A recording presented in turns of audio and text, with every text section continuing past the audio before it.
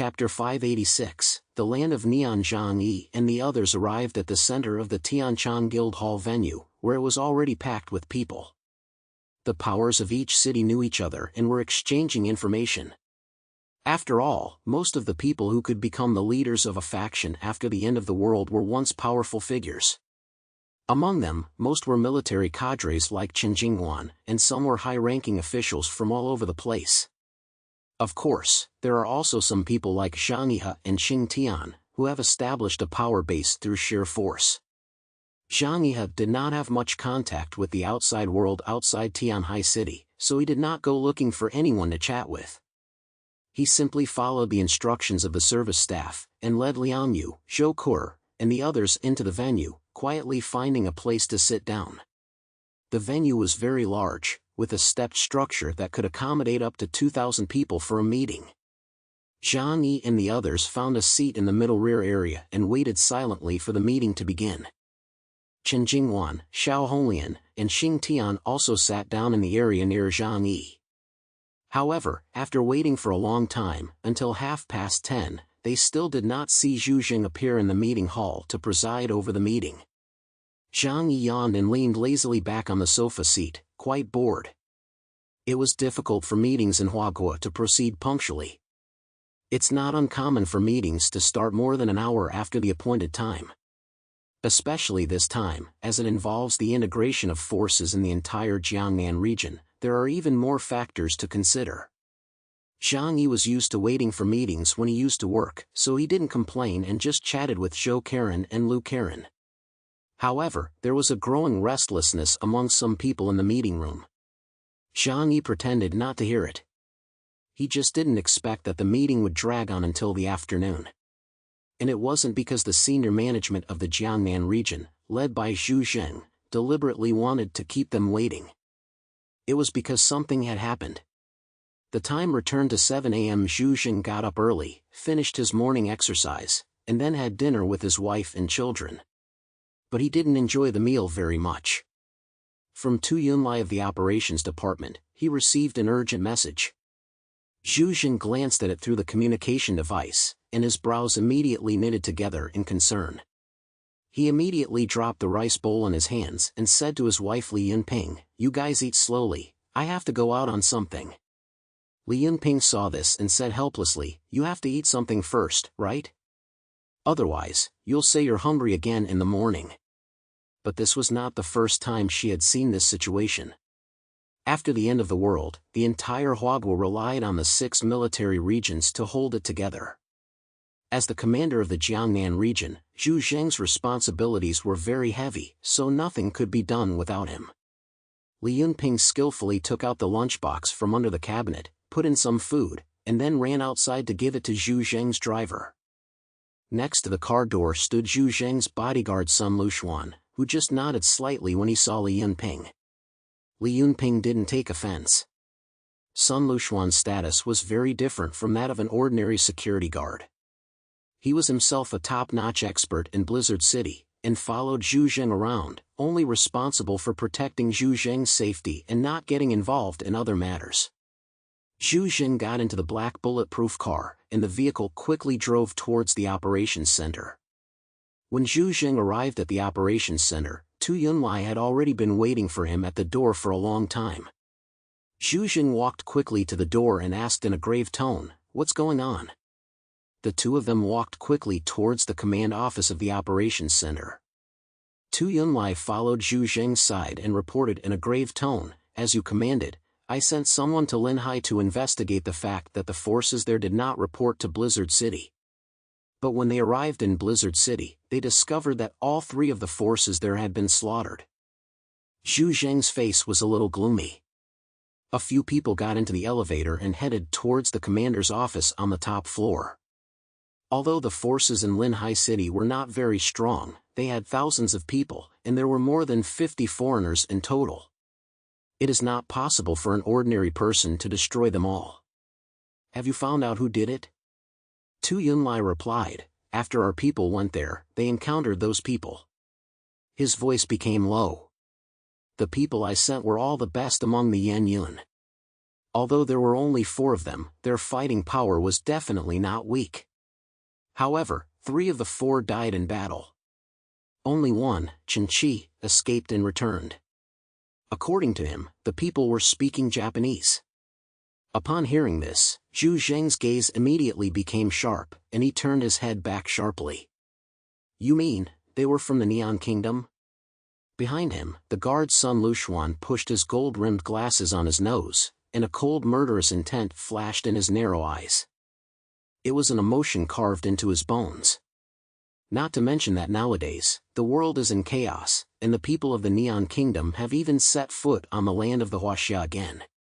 Not only did they massacre the alien forces in Linhai City, but they also slaughtered the Yan Yunwei in the Jiangnan region. Such behavior is tantamount to a declaration of war. Zhu Zheng's face was so dark and terrifying that even Sun Luxuan and Tu Yunlai felt their hearts palpitate. Although the old general did not have any supernatural powers, the power in his hands could completely cleanse the entire island. Once it is confirmed that the other party is really an alien sent by Neon, then the state of war will have to be escalated. Tu Yunlia's voice came from his collar. According to the current information obtained, their number is not large, and they are not a large-scale force. Perhaps, they are just the vanguard. Please allow me to lead troops to wipe them out. Zhu Zheng was silent. He was pondering the stakes in this matter. The annihilation of an alien organization by the sea was not a great loss for him. What was serious was the significance of this incident, which might signal that the people of the islands had begun to covet Chinese territory again. The mere Neon was not worth Zhu Zheng's attention. The Jiangnan region alone has the power to completely flatten the islands. However, the use of excessive force is a serious matter, and Neon is also involved with multiple countries. This is a matter that will affect the whole body if one hair is moved, and it is not good to start a war at will. Zhu Zheng pondered for a moment, and fortunately, the damage was not too serious. As commander-in-chief, he would not act impulsively, but would instead plan carefully before taking action. Where's that Yan Yunwei person called Qin? Zhu Zheng looked at Tu Yunlai. Tu Yunlai answered in a hoarse voice, he has already been brought here and is waiting to report the details to you. As soon as the words fell, the elevator had reached the top floor. Zhu Zheng stepped out first. What are we waiting for? This matter is of great importance and cannot be taken lightly. He had to confirm whether this action was an advance team for a large-scale Neon invasion or just some Ronin organizing their own actions. The two were completely different concepts. Chapter 587. A long wait. Zhu Zheng came to the office and met Qin, a Yan Yunwei, who was bandaged all over and weak. Qin, what exactly did you see when you went to Linhai City this time? Tell me everything.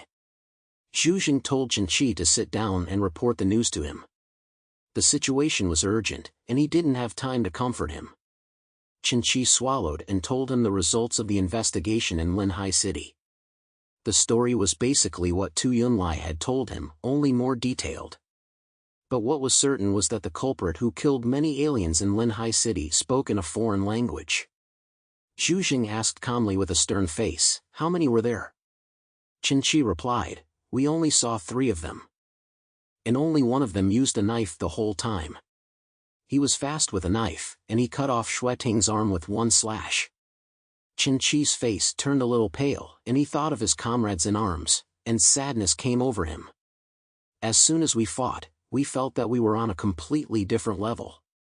So the 3 of them tried their best to hold the other side back, giving me a chance to come back and report. Fortunately, our transport was better than theirs, which saved my life. Qin suddenly clenched his fists and said loudly to Zhu Zheng, Commander, we must kill all these scum to avenge our fallen comrades. Zhu Zheng folded his arms and rested his chin in his hands. No expression could be seen on his face. He just calmly said to Qin, don't worry, we will definitely not sit idly by. These Neonites actually dared to come to our country and act recklessly, and their end will be one word, death. Zhu Zheng spoke with absolute certainty, as if the Grim Reaper had pronounced the fate of those people.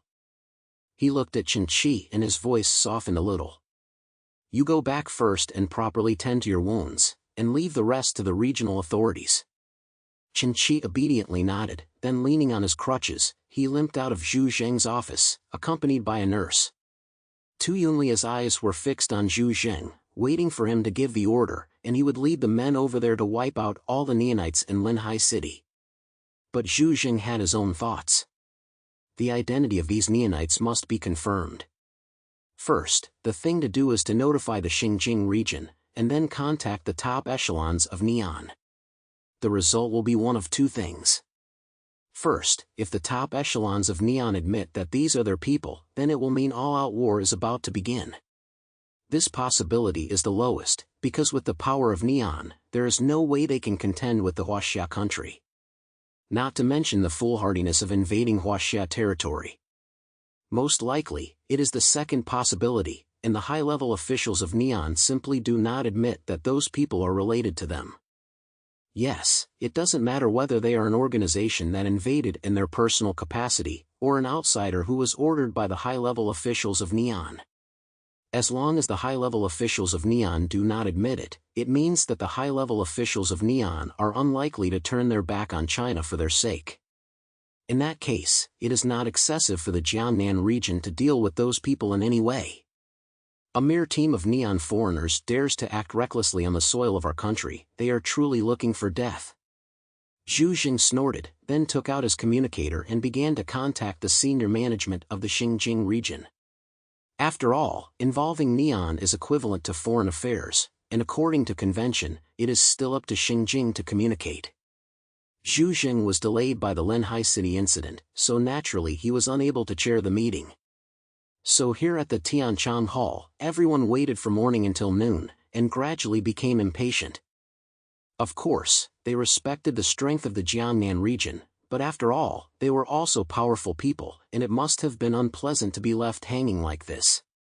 In addition, Zhu Zheng needed to discuss that matter with the senior management of Blizzard City, so there were no higher-level figures here to keep the meeting in order.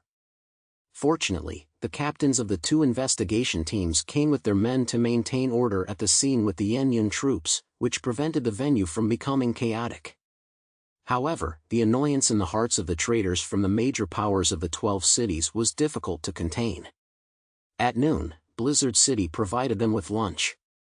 However, because Zhu Zheng did not know when he would arrive, they were asked not to leave the venue, and they were also given boxed lunches. Zhang Yi and the others were relatively better off. After all, Zhang Yi's different space has a lot of food, so the problem of eating is very easy to solve. While others were eating the simple boxed lunches provided by the Blizzard City cafeteria, they were feasting on a side of big fish and meat.